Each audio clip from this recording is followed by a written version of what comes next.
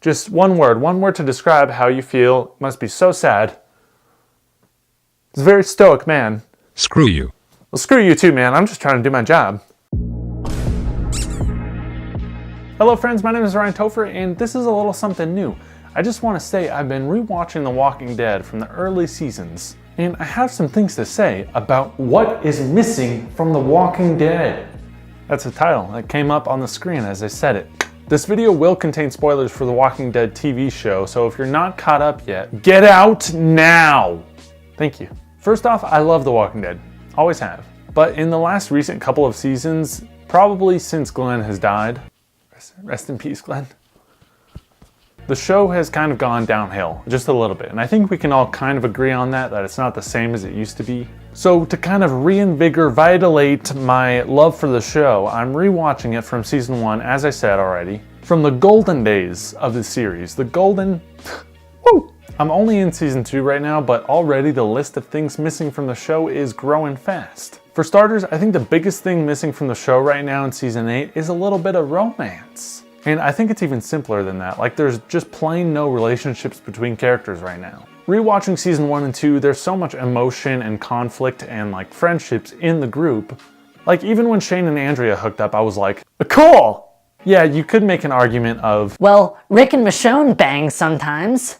Carl saw them together. He smiled. but that's just weird to me still. They could have done it a lot better. I still don't feel connection between Rick and Michonne. Heck, I felt more connection between Rick and blonde girl from Alexandria. I don't know her name, I didn't research that. And then she died, which was huge. I thought that was kind of a big death. I'm getting ahead myself. We'll talk more about deaths in a second. Like, I get that they're in a war and the world ended and there's not a lot of time for connections between people, but I think the show could really use it right now. Like, I think they're trying to add some conflict in the group with Rick and Daryl, but for some reason it's just not working for me. Right now in the show, it's just big drastic plot point after big drastic plot point, and what made the big deaths so crazy a few seasons ago was the calm relationship driven episodes before the big things happened. For example, Beth and Daryl getting close and then her getting shot in the head. That was crazy, and the only reason why it was so big to me was because when relationships and close friendships develop and then you see that person die, it's huge. Here's a big spoiler right here.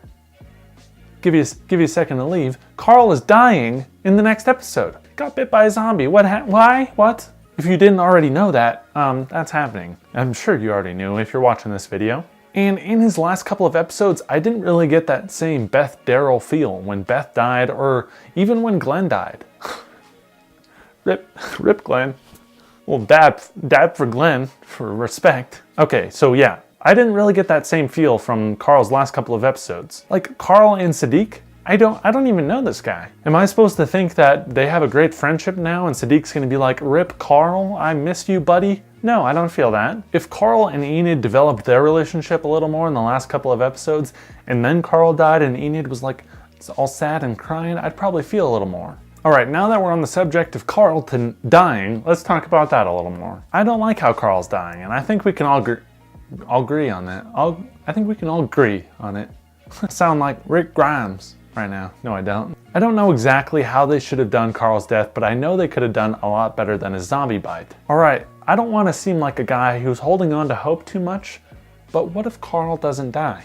And don't yell at me in the comments below, just hear me out for a second. I know it's a huge stretch, and he's like 98% gonna die. But let's just entertain the idea. As soon as that episode aired and everyone started saying Carl's dead, as soon as Scott Gimple was saying Carl's dead, as soon as Chandler Riggs was saying Carl is dead, I thought something was up. They have never told us what's gonna happen in the next episode like they are doing right now. It has always been a secret what's gonna happen in the next episode, especially over a mid-season finale, especially when a major character might die. And now, as soon as the mid-season finale airs, everyone's saying Carl is dead, don't think he's gonna be alive. I mean, if they had never said Carl was gonna die, so many people would think he was gonna live or could live. And people have been saying, well, Chandler Riggs has already cut his hair.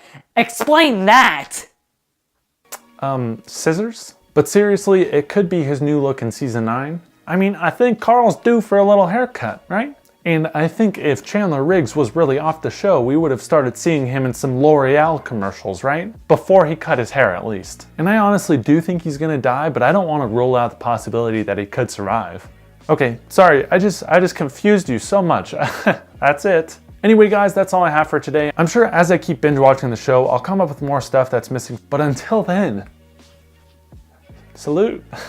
Things to post in the comments below. What do you think is missing from the show? What's your dog's name? I want to know.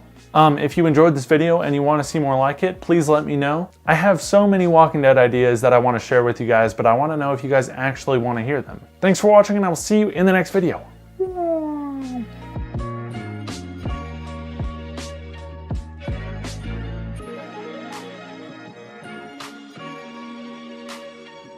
I think people are moving out right next to me. I'm gonna have to go yell at someone. Stop moving. Right? Escune.